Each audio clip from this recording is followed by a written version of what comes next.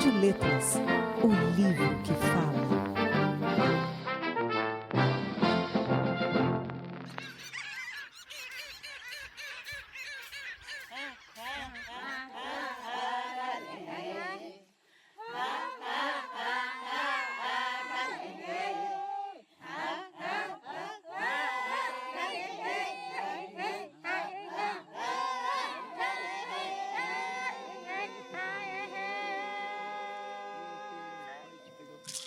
Está no ar o primeiro episódio da Rádio Letras, um projeto do Laboratório de Imagem e Som do Instituto de Letras da Universidade Federal Fluminense. Este projeto tem apoio da FAPERJ. Olá, eu sou Adalberto Miller e hoje vou apresentar a vocês o primeiro podcast da Rádio Letras.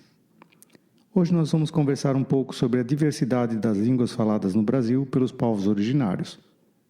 E para falar sobre esse assunto, a gente convidou a linguista e antropóloga Bruna Franqueto, do Museu Nacional, a antropóloga Oyara Bonilha, da Universidade Federal Fluminense, e a minha colega Luciana Sanches Mendes, professora de língua portuguesa aqui da UF.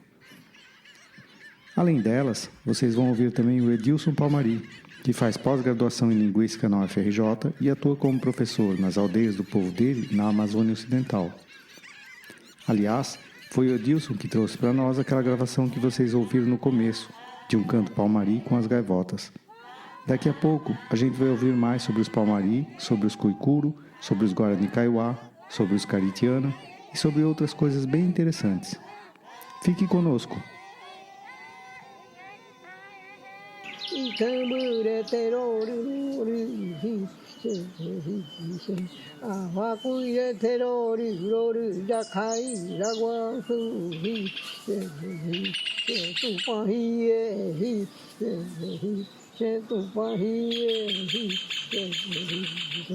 Amaure tere no phua I thamburu pe yumbai regwasu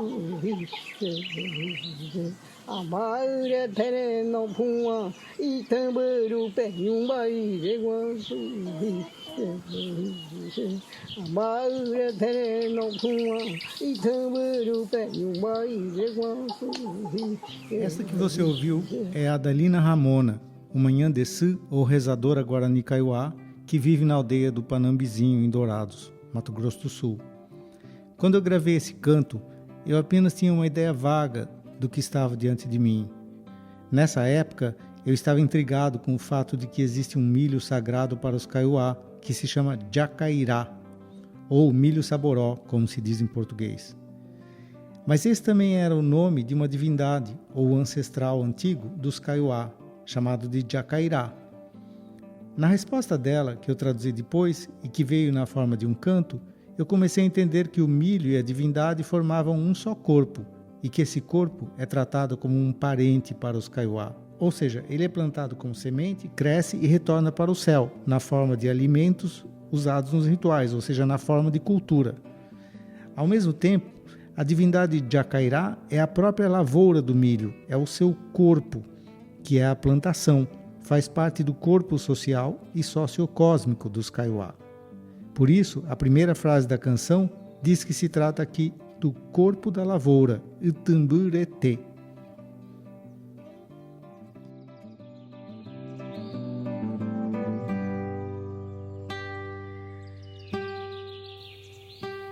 A Univaniti, Unina Edilson, Pamori Manihum. Hidahurarakakin, Kudeu morri, Kudeu morri, Mraunamu Narvine Afoiana. A gente está aqui com o Edilson Palmari para ouvir um pouco mais do Edilson sobre o tema que a gente está discutindo, que tem a ver com a importância das línguas indígenas. A nossa preocupação como professores indígenas é manter a língua viva. Como? Trazendo para essa nova geração, o valor, a importância da língua viva entre os povos indígenas. Também para que essa nova geração continue com a nossa língua viva, e que todos os indígenas, Palmari e não Palmari também, precisa ter esse lado forte, né, da língua viva, né? É porque ela faz parte do mundo, né, do nosso mundo, da nossa história também. Como indígena, como professor, né, como falante da língua e no conhecimento que a gente já tem, né, a gente se preocupa muito, né, por causa que a gente tem medo de perder nossa língua, né? É um conhecimento que a gente convive, né? A língua, para mim, ela é muito importante porque da língua a gente tem a história, né? Porque o povo sem a língua, ela é um povo sem história, né? O problema é que nós não temos escrito ainda, né? E isso é uma preocupação, né? Mas que a língua, você pode acessar o mundo do falante, né? Então, para nós, para mim, a língua é muito importante, né? E que fica, né, essa preocupação que manter a língua viva, né, vai ser bom para essa nova geração, para todos nós indígenas, né, do Brasil, ou especificamente com o povo palmari, né? Porque aí nós vamos continuar a nossa história, né? Vai continuar o povo palmari, né? Então, esse seria a minha preocupação, né? Mas que sim, a nossa educação cada vez mais seja fortalecida, né? Pode ser a parte, eu vendo, né? Principalmente a língua. A diversidade linguística se mede pelo número de línguas. Só no território brasileiro nós temos dessas 160 línguas consideradas como línguas existentes faladas no Brasil, ainda temos em 2 macrofamílias ou troncos e pelo menos 40 famílias. Essa que você está ouvindo aí é a linguista e antropóloga Bruna Franqueto, professora titular do Museu Nacional e uma das grandes especialistas em línguas indígenas do Brasil. Além de ser autora de inúmeras obras de referência nas áreas de linguística e estudiosa da língua cuicuro, falada no Alto Xingu. Então, nós temos os dados de 2010, basicamente, mas já em 2010 havia essa notável discrepância entre o cálculo feito por linguistas de quantas línguas indígenas ainda existiriam no Brasil, no território brasileiro. Para os linguistas, continua sendo um número em torno de 160 línguas. Quando eu digo língua, não estou considerando as variedades dialetais de cada língua. Linguistas fazem essa distinção entre língua e variedade dialetal, sabendo que não há língua que não tenha variedades internas. Ou seja, uma língua tem uma sua própria diversidade interna em termos de variedades dialetais. Bom, então vem um linguista com essa estimativa. Esse é o cálculo que eu acho dá para confiar, considerando os critérios linguísticos. E considerando que esse cálculo de línguas ainda faladas, em diferentes graus de vitalidade, né? Então, você tem o cuicuro, que seria uma língua ainda forte, porque todos são socializados na língua originária. E aí, então, diferentes graus de vitalidade. Tem um quadro dado pela Oiara da língua palmari, com a chamada interrupção da transmissão de uma geração para outra, né, da língua, o que não é o caso do cuicuro, ou situações de você ter um último lembrante, não é nem falante da língua, os 5, 6 idosos. Tem uma diversidade enorme de situações de vitalidade ou de não vitalidade dessas línguas, das línguas originárias no Brasil.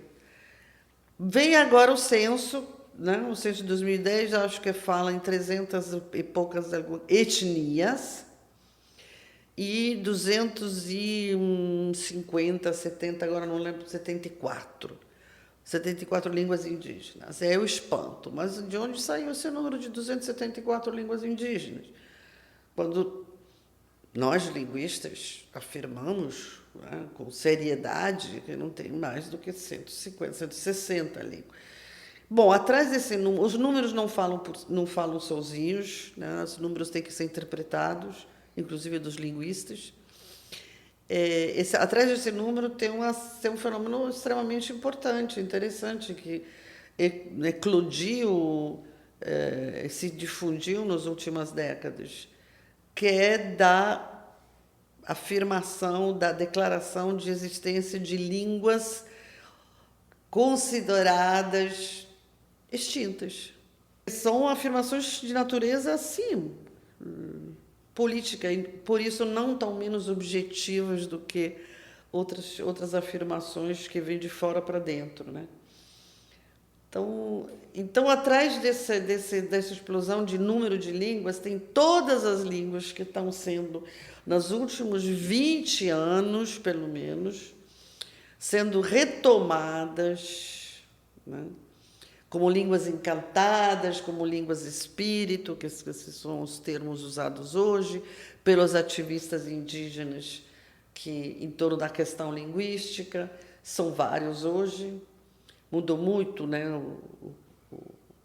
o panorama político em termos de ativismo pró-línguas indígenas dentro do próprio movimento indígena.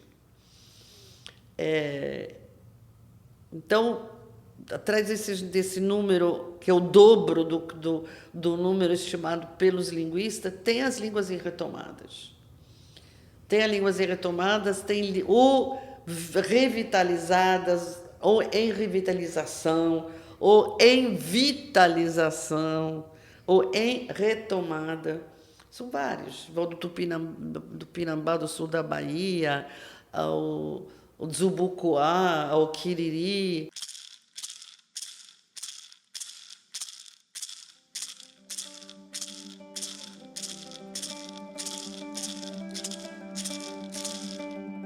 As 160 línguas indígenas do Brasil atual eram mais de 1.000 na época da chegada dos europeus em 1500, o que sempre fez do Brasil um dos países com a maior diversidade linguística do mundo. No processo de colonização, a língua tupinambá, por ser a mais falada ao longo da costa atlântica, foi incorporada por parte dos colonos e missionários, sendo ensinada aos índios nas missões e reconhecida como língua geral ou Nhengatu. Até hoje, muitas palavras de origem tupi fazem parte do vocabulário dos brasileiros. Basta lembrar dos nomes dos lugares, dos rios e das praias: Anhangabaú, Paraty, Paraná, Ipanema, Icaraí, Pindamonhangaba. Essa língua geral, ou Nhengatu, também conhecida como língua geral ou tupi, foi falada no Brasil por vários indígenas, como a língua franca ao longo do século XVI até o século XIX, e uma variedade do Nhengatu continua sendo falada na região amazônica. Em 2023, por iniciativa do Supremo Tribunal Federal, a Constituição Federal da República Federativa do Brasil foi pela primeira vez traduzida para uma língua indígena, e essa língua foi o Nhengatu. A Oyara Bonilha, antropóloga com quem a gente vai conversar daqui a pouco, e que se especializou na língua e na cultura dos Palmari, detectou essa presença da língua geral na própria língua Palmari, que é uma língua bastante isolada da Amazônia. Para voltar para a questão da diversidade, né, momentos, né, das línguas indígenas, não pode ser, assim, acho que tem que ser sempre pensado em relação à história, né, desses povos, que a gente chama de história de contato, mas, na verdade, porque, por exemplo, no caso dos Palmari, é muito evidente que esse momento linguístico, né, que eles estão atravessando, vivendo agora nos últimos 50 anos, tem a ver com o fato deles serem um povo que habita, né, as várzeas do Médio Purus, os lagos, que são pescadores, que dentro do sistema do aviamento da economia da borracha forneciam peixe, né, naquele sistema. Então, eles comerciavam. O português foi rapidamente uma língua, né, colocada ali para eles como uma língua franca para poder lidar com esses patrões, comerciantes, enfim, expostos, né? É o povo arauá que vive na margem dos rios e dos igarapés, enquanto que os outros, que são, por exemplo, Os Suruahá são de recente contato, né? São ainda considerados de recente contato, então são monolíngues. Os Jamamadi, que são os vizinhos dos Palmari, eles são essencialmente, se eu não me engano, pelo menos até uns anos atrás, essencialmente monolíngues também. Então, os Palmari são os únicos que são absolutamente bilíngues ali nesse conjunto da família Arauá, mas porque eles, né, têm essa particularidade histórica e também de ocupação, né, do território exposta, né? Quando eu transcrevia, quando eu escrevi minha tese e comecei a tentar entender a prestar mais atenção nas minhas anotações no léxico e principalmente nome das espécies, né? Eu lembro que eu me deparava com palavras que eu achava que eram palmari e eu fui descobrindo que tinha uma quantidade de palavras da língua geral absurda. Eu não saberia dizer a proporção, porque eu não tenho ferramentas para fazer essa medida, mas eu acho que ela é bem importante. Assim. No chute, eu diria 20%, 30%. Então, por quê? Porque é uma região de língua geral. Então, antes do português, teve uma linguageralização do palmari. É bom lembrar que a língua geral, ou tupi antigo, era a língua usada pelos missionários jesuítas, que aprenderam a língua dos nativos para poder catequizá-los. José de Anchieta, inclusive, escreveu e ensinou peças de teatro em tupi antigo, como Na Festa de São Lourenço, de 1587, provavelmente encenado na atual Igreja de São Lourenço, em Niterói, segundo informações de Alexandre Nodari, professor da Universidade Federal de Santa Catarina, que realizou recentemente uma nova tradução dessa peça, junto com o poeta Guilherme Gontijo Flores. Oyepuk anhecesse ianama caturire xerembiaramo pe abo. Ma ene tupinamba, Paraguaçu pendaruera, e tupan o suba e poeira, o pacatuia momba. Nitiba tassambiruera, ya upa Mosuperoca, Yequei, Guataputuba, Nheteroia, Paraíba, Guaiaiô, Carioca, Pacucaia, Araçatuba, Opa, Umantamuia, Sou, Ocaia, Tutape, Upa, Moconhon, Tupan, Rausupa, Cotaba, Popê, Secou, Oiepusiromo, Ocupa, Conemimino, Poxu, Yandereco, Ogueroiron. E eu me vinguei num repente, tornei bom cada parente que por presa se entregou. Repare os Tupinambá que em Paraguaçu moraram, de Tupã se originaram, nós tomamos o lugar, rastros deles se acabaram. Comemos Mussupiroca, Jequeí e Guatapitiba, Niterói e Paraíba, Guajajó e Carioca, Papucá e Araçatiba. Os tamoios já se foram para arder em fogo e brasa. Poucos nesta taba e casa, por libertar se elaboram, pelo amor que Tupã casa. E os feios Temiminó desprezam nosso viver. Além dos católicos, missionários, protestantes e evangélicos, intensificaram o trabalho de catequese e pregação do cristianismo aos povos indígenas, influenciando os povos originários a abandonarem suas formas tradicionais de religião. Ao mesmo tempo, muitos desses missionários também produziram versões da Bíblia em línguas indígenas pouco conhecidas e criaram gramáticas e dicionários dessas línguas, o que em alguns casos foi importante para a sua preservação. Né? Tanto para livro, né, de uma história normal, né, e uma tradução da Bíblia, né? A gente sabe que a Bíblia é traduzida em vários idiomas, né? E até traduzido agora em línguas indígenas, como o nosso também foi traduzido. Na verdade, tinha tradutores excelentes, né? Atualmente, a nova geração não se dedicou muito, né, em falar a língua, né? E tem algumas dificuldades, né? Por causa que, para nós, a tradução ela é importante porque está passando informação de uma língua para outra língua, né? De uma cultura para outra cultura, né? Então, a tradução ela tem que ser conforme o ouvinte, conforme o falante, né? Então, a importância de uma tradução de uma forma coerente, né? para o leitor, para o ouvinte, isso é fundamental, né? E para esse lado nós temos muita dificuldade em ter esses profissionais, né? Indígenas, tradutores, né? Isso é uma intenção, né, também que a gente precisa muito, né, para trabalhar com esse conhecimento de uma língua para outra, né? E essa necessidade a gente tem, né? E eu espero que tenhamos mais pessoas que possam se interessar em manter a língua viva, né? E trabalhar com a tradução também, né? Por que conhecer? Porque as línguas são manifestações fundamentais da capacidade humana de falar de si, de falar do mundo. E essa diversidade é riqueza. A diminuição ou aniquilamento dessa diversidade é pobreza. Então, são noções muito específicas do que é riqueza, do que é pobreza, né?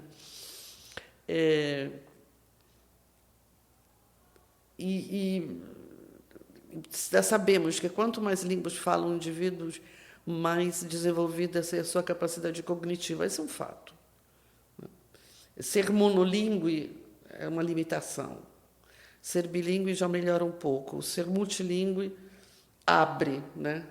O quê? Abre a criação de sinapses entre os neurônios do cérebro, que complexificam a atividade cerebral, enriquece a atividade cerebral, sobretudo nos períodos cruciais de desenvolvimento, né, do cérebro e de aquisição da linguagem, de línguas, né, que entre os 0 anos aos 7, 10 anos de idade, que seria o período crucial para inocular, né, a diversidade linguística.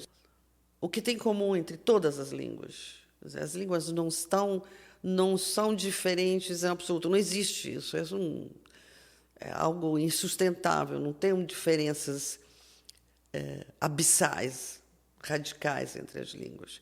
Tem diferenças que são extremamente importantes, que tem que ser considerada, tem que ser descrita. Mas, ao mesmo tempo, é preciso encontrar esse equilíbrio entre diversidade e, sim, eu digo, universalidade. Porque há princípios que estão presentes em todas as línguas humanas. E as línguas indígenas, nativas, originárias, são línguas naturais humanas como qualquer outra. O francês, o espanhol, o alemão, o japonês, o vietnamita. Para falar sobre isso, eu convidei a professora Luciana Sanches Mendes, aqui da UF. Fala línguas indígenas, né? E assim, não tem uma unidade, né? Tem justamente essa pluralidade. Você começa estudando uma língua e a pessoa pensa, você estuda línguas indígenas? Eu falei, não, eu comecei estudando uma língua indígena.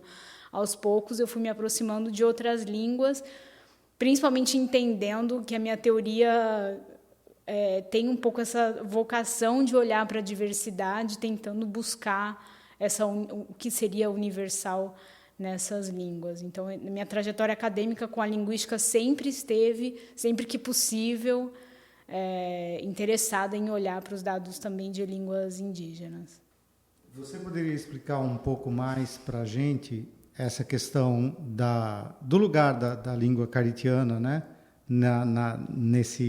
nessa árvore, né, das línguas indígenas do Brasil? Sim, então, caritiana é uma língua tupi. Tupi algumas pessoas chamam de família, algumas pessoas já chamam de tronco, porque é um grande tronco das línguas do Brasil, né? Tupi é uma língua que é um nome, né, que a gente evoca muito no Tupi or not Tupi, né? Uma coisa de que a primeira ideia que a gente pensa quando pensa em língua indígena ser Tupi tem a ver com o fato de que os indígenas que estavam na costa, que tiveram contato com os portugueses, eram indígenas que falavam línguas desse tronco, né? Então a gente tem uma ideia de que o indígena brasileiro é o indígena tupi, mas é porque Tupi é uma grande família de línguas no país. Tupi-Guarani, que é um outro termo que aparece muito, né? É uma família, uma subfamília do tronco tupi. mas mas é uma entre 10 famílias desse tronco. E Caritiana é uma língua da família Ariquém, que seria então uma dessas famílias do tronco tupi. Então Caritiana é uma língua aparentada, vamos dizer, do Guarani, no sentido de que ela está mais próxima do Guarani do que estaria de outros troncos linguísticos. Mas no Brasil a gente tem pelo menos mais um tronco grande de línguas, que é Macro-G, né? Além de outras grandes famílias de línguas. Eu costumo dizer que no Brasil a gente tem uma diversidade tão grande quanto comparar português com chinês, né? Porque quando a gente fala assim, tronco tupi, seria aproximado ao que a gente chama de tronco indo-europeu.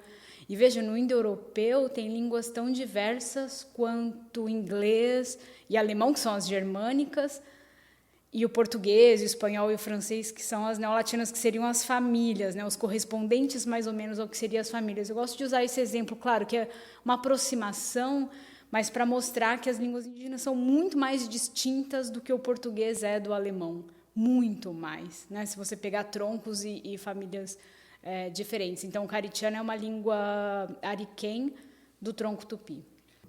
Tem aquela frase, né? Aquela frase famosa do Wittgenstein, né?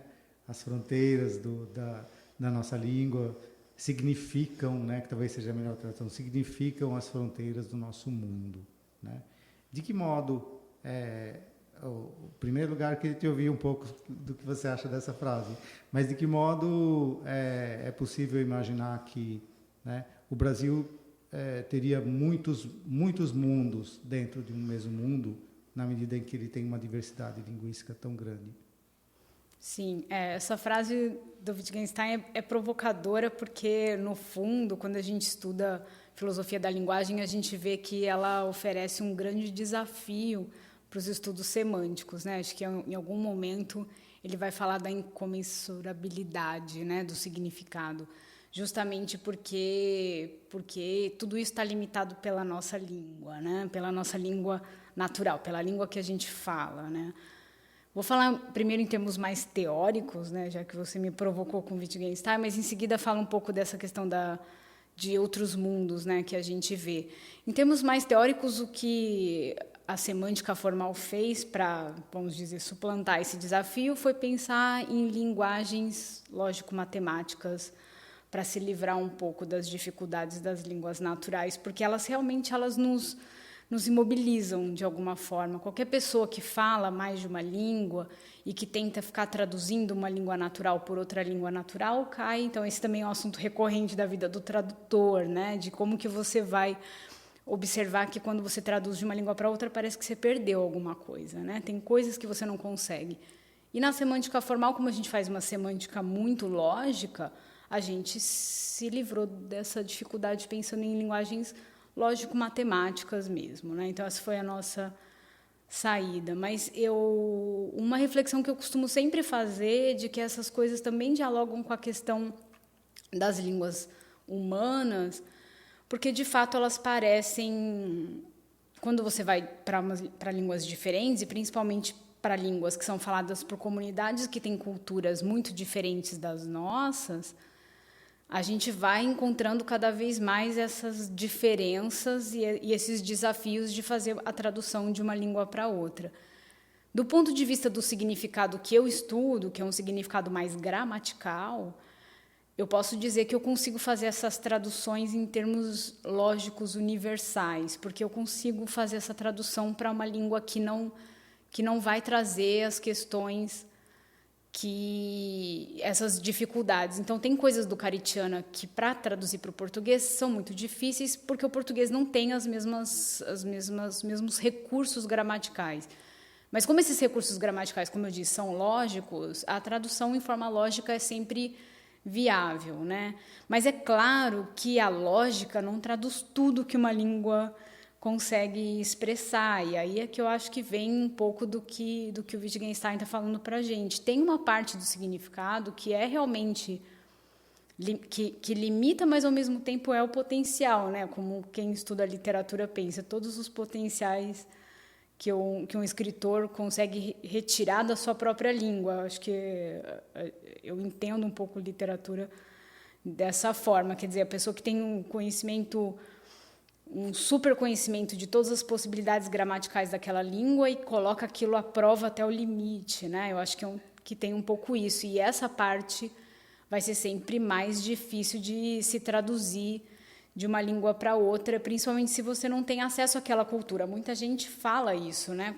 Quem fala mais de uma língua, mesmo que não fale línguas indígenas, já passou por esse tipo de situação, de tentar traduzir e a pessoa fala, mas parece que não é exatamente isso, tem alguma coisa a mais que está faltando. Tem sim alguns elementos que são alguns elementos do significado que não são totalmente gramaticais e traduzíveis em forma lógica e que vão ser realmente mais complicados de se traduzir. Eu não acho que seja impossível, mas eu acho que sempre vai ter essa dificuldade de você vai precisar de um parágrafo ou aquelas notas de tradução gigantes que a gente vê em alguns textos traduzidos para a pessoa poder te explicar o que está acontecendo ali, porque o fato de você não falar aquela língua realmente te limita de entender o que está acontecendo, né?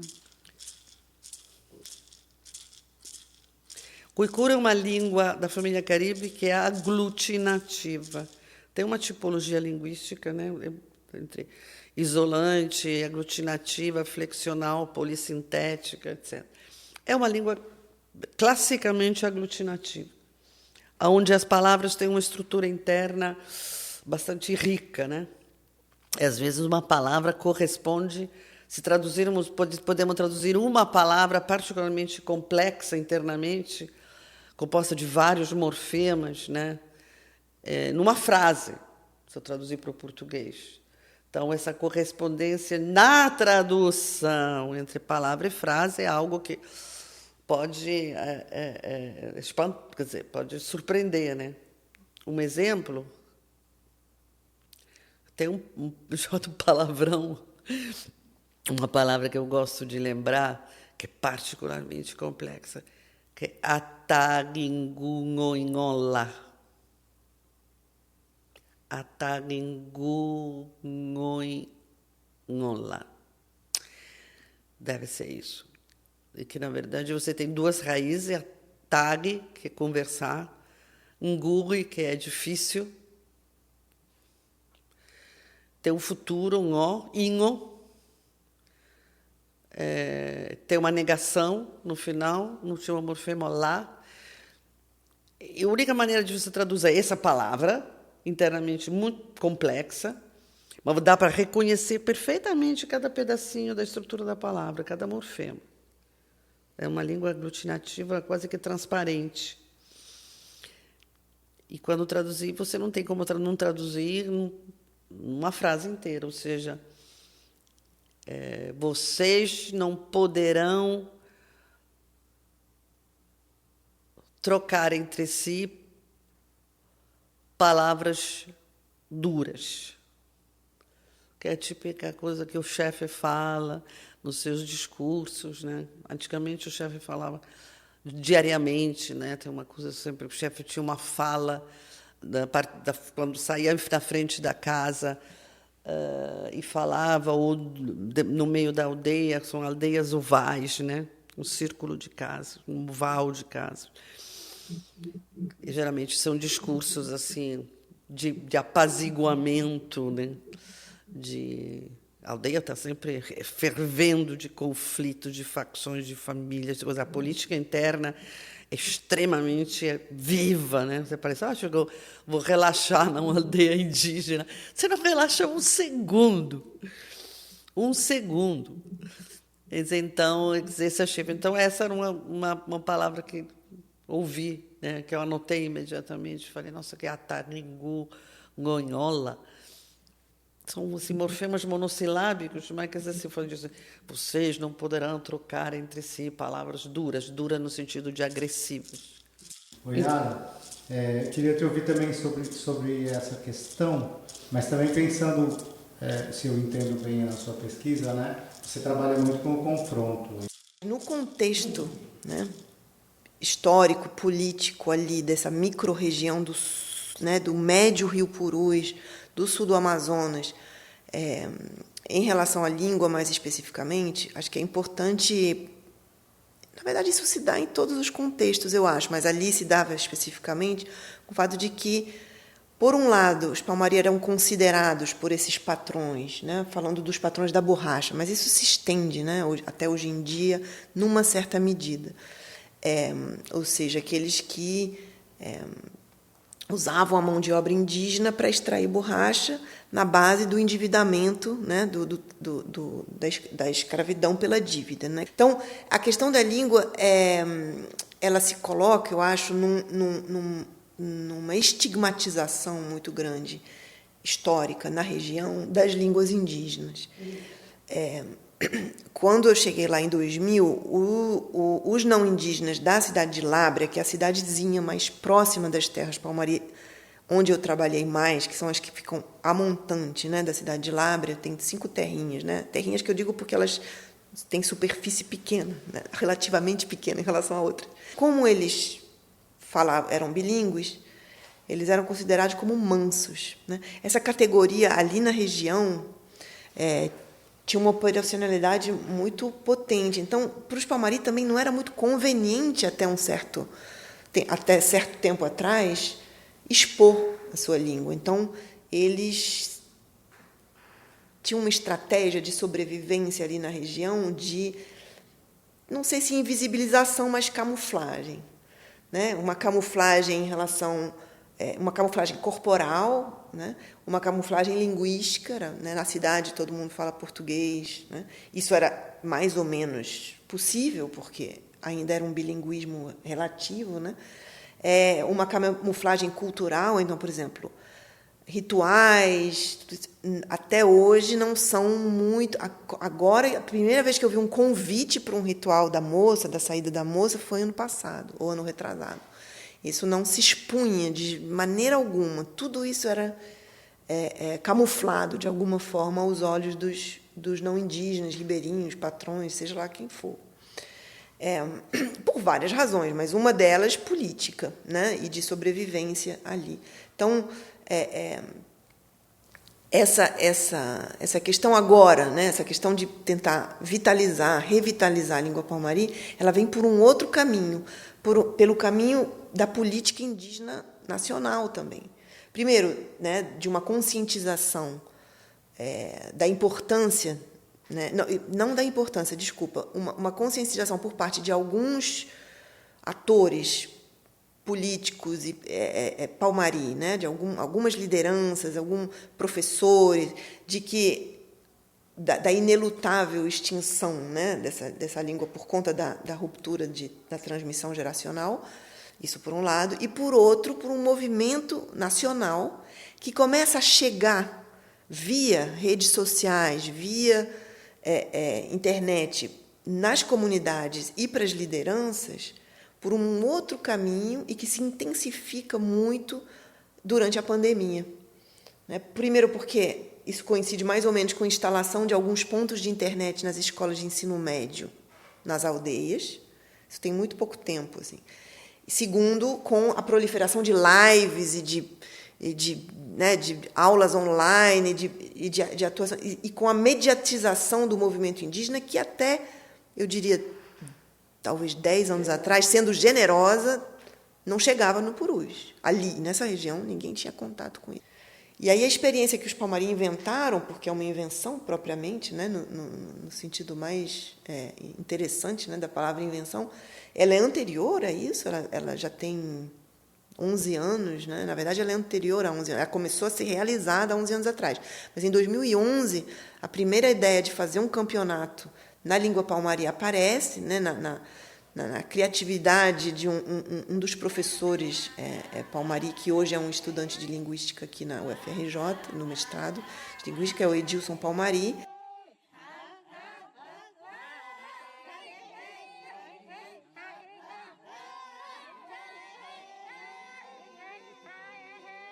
A gente vendo a desvalorização da língua, né, da língua palmari, não só a palmari, mas outras línguas a gente vê, né, por causa da influência da língua portuguesa, né, a gente teve esse momento de pensar junto, né, claro, eu idealizei, né, pensei, né, mas teve apoio de outros professores, liderança, né, de iniciar o campeonato da língua palmari, né. Ela é um projeto, né? Em português seria ampliação do vocabulário através do diálogo para fortalecer a língua palmari, né? E na nossa língua é Vara Akaninavani Abunu Anadanua Areati Algariki, né? Tem esse tema, né, do projeto.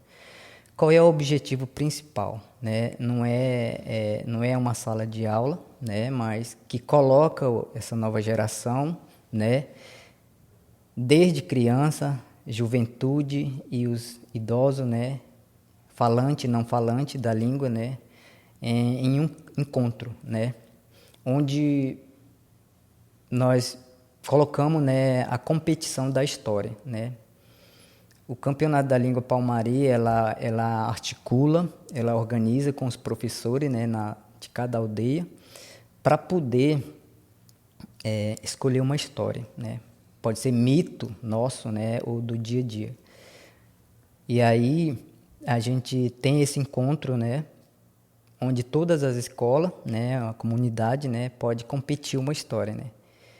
E a intenção é selecionar história mais animada, né, para que torne-se vídeo, né, de desenho animado, né, com áudio em palmari, né, talvez pode ser legendado em português também, né, e aí é competido naquele encontro, né, a história, a pintura corporal, o vestuário, né, tradicional, a música e os passos da música e os jogos tradicionais. No Brasil não tem uma política linguística voltada para proteção, preservação das línguas, das muitas línguas que ainda existem em território brasileiro. Que é um território onde há uma excepcional diversidade linguística, inclusive comparando com algumas poucas áreas do mundo, né, do planeta, em que há uma notável diversidade linguística. No Brasil não tem, quer dizer, o Brasil não tem como Estado, né, uma política de Estado, assim, particularmente voltada para a preservação inteligente e competente de suas línguas originárias. Alguma coisa está se esboçando agora, timidamente, e o que se vê, ao contrário, é uma efervescência de iniciativas locais, autogeridas, autodeterminadas, nas mãos dos próprios, com protagonismo de diferentes povos e comunidades. Então, é muito mais um movimento que vem de baixo, mais ou menos, né, do que uma decorrência de uma política de Estado, coisa do gênero. Né.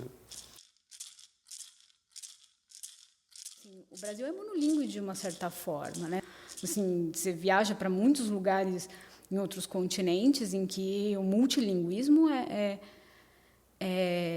a norma, né? É a regra. Então, você vai ouvir no mesmo dia várias línguas. Então, acho que essa é uma coisa importante. Então, quando a gente, na escola, orienta, principalmente nessas regiões do Brasil em que a gente está distante da fronteira, acho que alguém que mora na fronteira vai ter uma situação diferente. Na fronteira com os países hispanohablantes, na fronteira com as Guianas, acho que ali você vai ter uma situação diferente, mas tirando essas pequenas cidades que estão nas regiões de fronteira do Brasil, você vai ter realmente essa situação. Então, você mostrar para as pessoas que existem línguas que não são o inglês, o espanhol, o francês, são as línguas que vão aparecer ali nos seus, vamos dizer, no seu mundo cultural, de filme e música, eu acho que isso tem uma questão justamente de apresentar um mundo que era desconhecido, mas do ponto de vista da cidadania, a gente está falando, veja, esse mundo que a gente está apresentando é de comunidades falantes dentro do seu país, né? Então, eu acho que tem um tipo de informatividade nesse sentido. Você está mostrando que há diferentes línguas naquele país, mesmo que não estejam no cotidiano daquelas pessoas, porque acho que é importante reconhecer que não esteja no cotidiano dessas pessoas.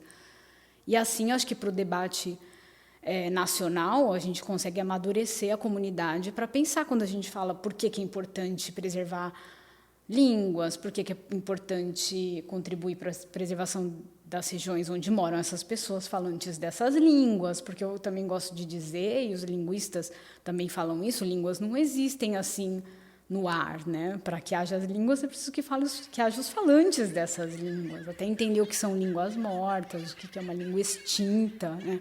O que é revitalização de língua.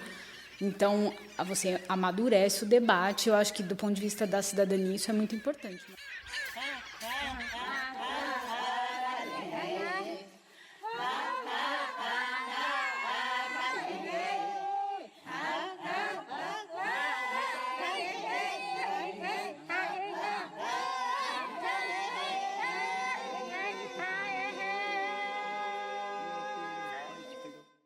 Aqui chega ao fim o primeiro podcast da Rádio Letras, um projeto de divulgação científica criado numa instituição pública e sem fins lucrativos. Eu sou Adalberto Miller, coordenador da Rádio Letras e produtor deste episódio. A Raquel de Alcântara, aluna do curso de Letras e bolsista de iniciação científica da FAPERJ no Instituto de Letras, foi a minha assistente de edição. A locução extra é do Matheus Marques Costa, aluno de Letras e estagiário no LISUF. A música e a consultoria técnica é do Alexandre Marzulo, doutorando em estudos de literatura na UF. Agradecemos a Ian Packer, às cantadoras Palmari, às gaivotas do Médio Purus e a Graciela Chamorro e Luciana de Oliveira, que intermediaram a conversa e a tradução com Nhandessu Kaiowá Adelina Ramona. Aguijê, aguijê.